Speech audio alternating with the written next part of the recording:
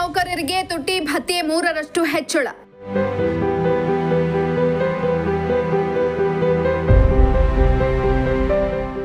July 1ರಿಂದ ಅನ್ವಯವಾಗುವಂತೆ DA ಹೆಚ್ಚಿಸಿ ಆದೇಶ.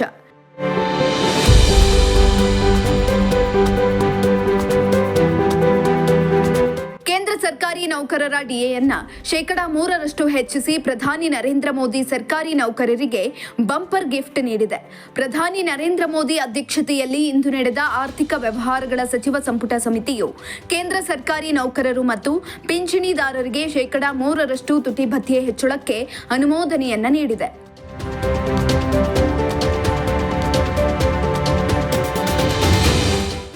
ಮಾಹಿತಿ ಮತ್ತು ಪ್ರಸಾರ ಸಚಿವ ಅಶ್ವಿನಿ ವೈಷ್ಣವ್ ಮಾತನಾಡಿ, ಕೇಂದ್ರ ಸರ್ಕಾರ ತನ್ನ ನೌಕರರಿಗೆ ದಸರಾ ದೀಪಾವಳಿ ಹಬ್ಬದ ಭರ್ಜರಿ ಉಡುಗೊರೆ ಘೋಷಿಸಿದೆ.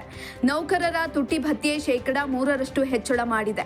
ಇದು 49.2 ಲಕ್ಷ ಉದ್ಯೋಗಿಗಳು ಮತ್ತು 68.7 ಲಕ್ಷ ಪಿಂಚಣಿದಾರರಿಗೆ ಪ್ರಯೋಜನವಾಗಲಿದೆ. ಈ ಹೆಚ್ಚಳವು 7ನೇ ಕೇಂದ್ರ ವೇತನ ಆಯೋಗದ ಶಿಫಾರಸುಗಳನ್ನು ಆಧರಿಸಿ ಮಾಡಲಾಗಿದೆ. ಜುಲೈ 1ರಿಂದ ಪೂರ್ವಾನ್ವಯವಾಗಿ ಇದು ಜಾರಿಗೆ ಬರಲಿದೆ ಎಂದರು.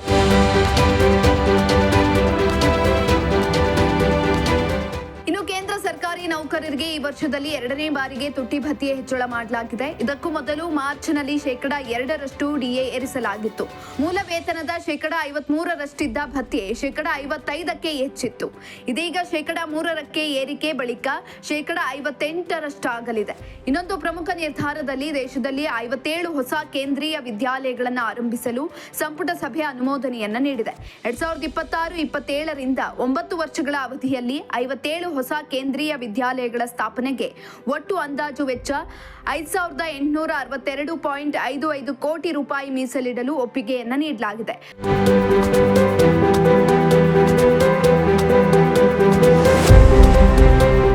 Bureau report, Prajashakti TV, Tumakuru.